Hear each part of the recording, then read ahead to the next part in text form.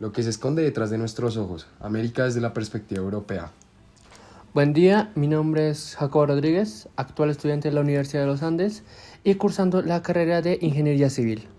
Yo soy Mohamed, también estudiante de la Universidad de los Andes y estoy cursando la carrera de Economía.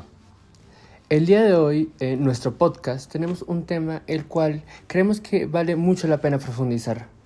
Así es, Jacob, hoy vamos a hablar más que todo de una pintura hecha por el pintor Theodore Gale, un pintor belga.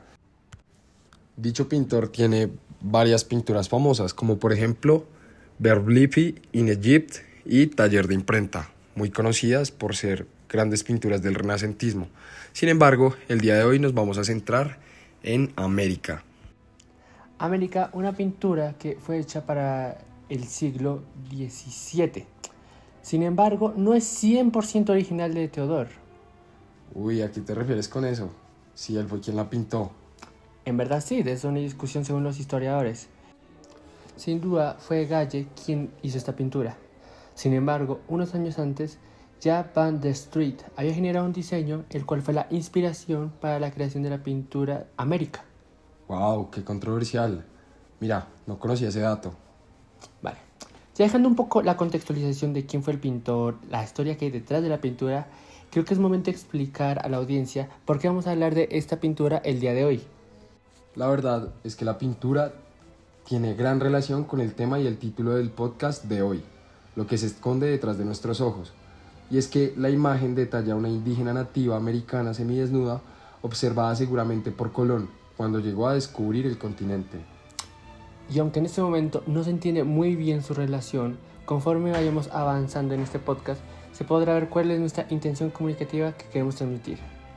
Mira, para mí resulta mucho la forma en la que se encuentra la indígena. Si ves bien, no tiene precisamente una postura activa. Me refiero a que la mujer está recostada en una hamaca y tiene su cuerpo y mirada apagada en Colón, como si estuviera deseándolo o estuviera esperando a que fuera a hacer algún movimiento. ¿Sabes? Me recordaste que hay un texto por el cual el cuadro es pintado de esta manera. Y es que en el escrito Estereotipo de los otros, por el historiador británico Peter Burke, se nos explica cómo queremos plasmar algo o alguien según la realidad. Muchas veces lo hacemos realmente en lo que percibimos de lo que es. Wow, o sea, ¿te refieres a cómo lo vemos? En cierta parte sí y en cierta parte no. Me refiero a que, según Peter, al tratar de tener objetividad sobre algo completamente desconocido para nosotros, muchas veces nos referimos a lo desconocido como el otro. Lo tratamos de familiarizar con lo que conocemos. Y en esta pintura, en verdad, Gale no representó a la indígena americana como lo que es en ese tiempo. La pintó según la perspectiva que los europeos tenían sobre las mujeres indígenas, sobre personas sumidas y completamente incivilizadas. ¿Sabes qué también quería resultar eso? Me intrigó cómo Colón está completamente vestido, en una posición más civilizada, portando una cruz cristiana en una mano y en la otra unos instrumentos de navegación.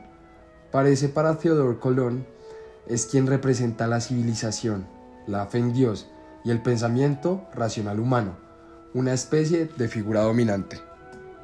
Y es que así era como nos veían los europeos a nosotros. Nosotros representamos la naturaleza y lo más cercano a un animal para ellos. Vivíamos en entornos con animales que hoy son considerados salvajes. No teníamos ninguna casa moderna y teníamos mucha vivencia en climas tropicales. Para ellos, Europa era lo más cercano a la evolución humana. Y es que según Burke, los estereotipos hacia él o los otros es una forma de naturalizarnos como uno mismo, que se puede incluir en el entorno de lo que se conoce. La verdad, triste, que esta imagen representa una narrativa visual de lo que supuestamente significaba ser europeo o americano en el siglo XVII. Está pintada como si América necesitara ser descubierta, como si ellos hubieran sido nuestros salvadores y nos hubieran civilizado. Justamente esa narrativa fue usada para justificar la colonización. Y es que lo peor de todo es que en el pleno siglo XVII seguimos viendo cómo se reciclan estereotipos en todo el mundo, desde culturas de muchos países europeos y occidentales hasta los medios de comunicación. Nos plantean a los pueblos indígenas como figuras tranquilas, ingenuas y poco civilizadas, pero casi nunca se habla de sus voces, sus avances o sobre sus miradas sobre qué es ser un europeo después de saber la historia que tuvieron ellos para colonizarnos.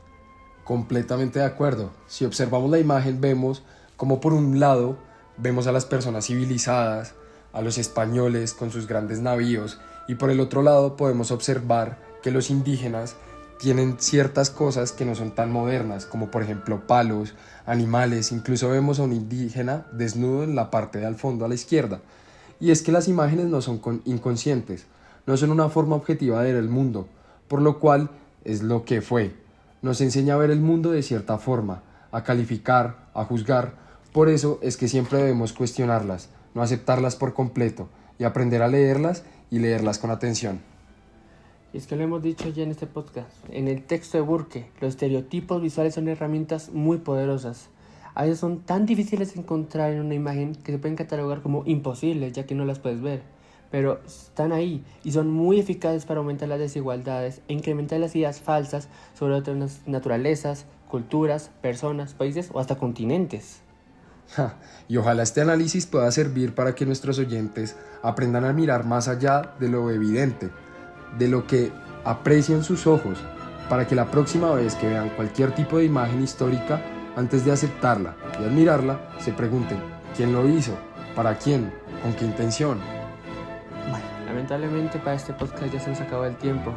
Agradezco mucho a nuestra audiencia por habernos escuchado y esto fue todo en este episodio de Lo que esconde detrás de nuestros ojos. América desde la perspectiva europea.